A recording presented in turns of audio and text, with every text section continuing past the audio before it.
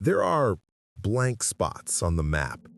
We think of the world as a fully rendered place, every square inch photographed, cataloged, and uploaded. But there are still gaps. Places where the satellite imagery is a blurry, low-resolution smear. Places where the data just stops. I used to love those places. They were the last frontiers in a world that had none left. My hobby, my obsession, was digital cartography. I'd spend hours on mapping services, not looking for directions, but for errors, for the seams in the simulation. I found misaligned satellite photos, phantom islands that were just smudges on a lens, roads that led to nowhere. They were harmless novelties, digital ghosts. Then I found the dot. It was in the middle of the vast uninhabited forests of northern Maine, a tiny black pulsating circle. It wasn't a label for a town or a landmark. It had no name. Clicking on it did nothing. It was just a perfect black void on the satellite view, throbbing with a slow, steady rhythm, like a digital heartbeat. It was located at precise coordinates, which I scribbled down. 45.666, negative 68.666. A bit on the nose, I thought at the time, a joke left by a developer. But it felt different. It wasn't a graphical error, it was a marker, a deliberate pin placed on the world signifying nothing. I spent a week trying to research the area. Historical maps, geological surveys, declassified military records. Nothing. The area was and always had been empty forest. My obsession grew. The dot wasn't just a mystery, it was an impossibility.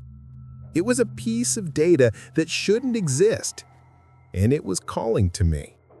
Against all common sense, I decided to go. I was an experienced hiker, and the coordinates were about a 2-day trek from the nearest logging road. I packed my gear, my GPS, and a high-quality camera. I was going to document this digital ghost in the real world. The first day of the hike was normal. The sounds of the forest, the smell of pine and damp earth. But on the second day, as I got within a few miles of the coordinates, things started to get strange. The woods became unnaturally silent. No birds, no insects, no wind. Just the sound of my own breathing and the crunch of my boots on the forest floor. My GPS started to act up. The little icon representing me would stutter and lag, then jump forward. The path I had walked was no longer a clean, straight line, but a jagged, corrupted mess of pixels. I checked my phone, no signal, as expected, but the compass app was spinning wildly. It was like I had entered a bubble where the laws of digital physics were breaking down. Then I saw the trees. At first, I thought it was just my mind playing tricks on me, but no. The pattern was undeniable. A tall pine, a crooked birch, a fallen oak, and then 100 feet later, the exact same pattern. A tall pine, a crooked birch, a fallen oak. It was like the landscape was a repeating texture in a poorly designed video game. I felt a cold knot of dread tighten in my stomach. This wasn't a developer's joke. Finally, I reached the coordinates. The site was both completely underwhelming and deeply terrifying. It was a perfect circle in the forest, about 50 feet in diameter, where nothing grew. The ground was bare, packed earth, despite being in the middle of a dense wood. And in the exact center of the clearing stood a single iron pole, about 6 feet high, rusted and ancient.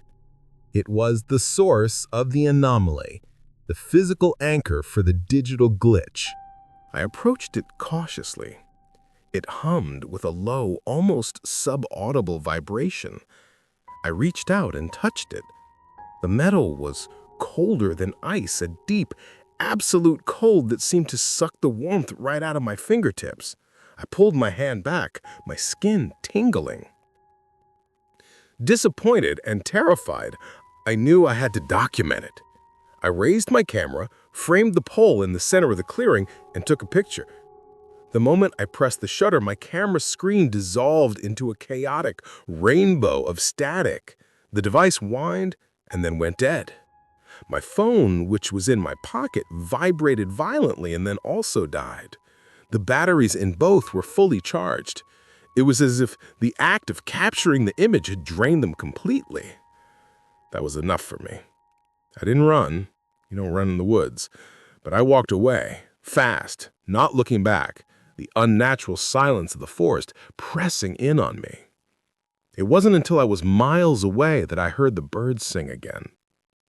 When I got home 2 days later, the first thing I did was plug my camera's memory card into my computer. Miraculously, the photo was there.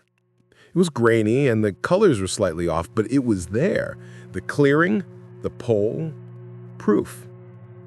I uploaded it to my blog, wrote a quick, breathless post about my journey, and titled it, "The Glitch on the Map." That night, I slept for 12 hours. The next morning, feeling a sense of triumph, I went to the mapping service to look at the dot one last time. It was gone. The map was clean, just an uninterrupted expanse of green forest. I felt a wave of relief. Maybe my visit, the act of documenting it, had somehow fixed the error. I had solved the mystery. Then my blood ran cold. I zoomed out, and I saw it. A new dot. A tiny, black, pulsating circle. It wasn't in the forests of Maine. It was on the map of my city. I zoomed in further, my heart hammering against my ribs. I zoomed past my neighborhood, my street. The dot was centered perfectly on my house. That's when the glitches started in my reality. It was small things at first. I'd be looking at my coffee mug, and for a split second, it would vanish, then reappear. A texture pop. I'd look at the corner of my room and the wallpaper pattern would seem to blur, becoming a low-resolution smear for a moment before sharpening again. I started hearing things, snippets of my own voice, but interrupted like a scratch CD echoing in silent rooms. Coffee, we need more coffee. I tried to delete the blog post. Access denied. I tried to delete the photo from my hard drive. The file was corrupted. I tried to format the entire drive. The process would start and fail with an unknown error. The glitch was no longer just on the map. It was in my systems. It had spread. I finally understood. The dot wasn't a place. It was a thing. A digital parasite. A piece of corrupted code trapped at those coordinates, a conceptual virus. By taking the photo, I had created a copy. By uploading it, I had executed the code, releasing it into the world, and it had latched onto me. Its point of origin, I was patient zero. It's been a week. The glitches are getting worse. Last night, I was washing my hands and I looked down to see my fingers flickering. Parts of them becoming transparent, the water passing right through them. I looked in the mirror, and for a horrifying second, my reflection's face was a blank, featureless texture map, like a character model that hadn't finished loading. My reality is being de-rezzed. The world around me is a rendering engine, and the virus is corrupting it, starting with me. I'm writing this now on a public library computer on the fresh document, not connected to any of my accounts. I don't know if it will work. I don't know if the code is just in my hardware or if it's in me now. I have to warn someone. Don't look for the blank spots on the map. Don't chase the digital ghosts. Some things are blank for a reason. Some data is not meant to be found. I have to go. The librarian is looking at me strangely. I just glanced at my hands on the keyboard. The textures are loading slower now. The skin looks blurry. I hope your connection is faster than mine.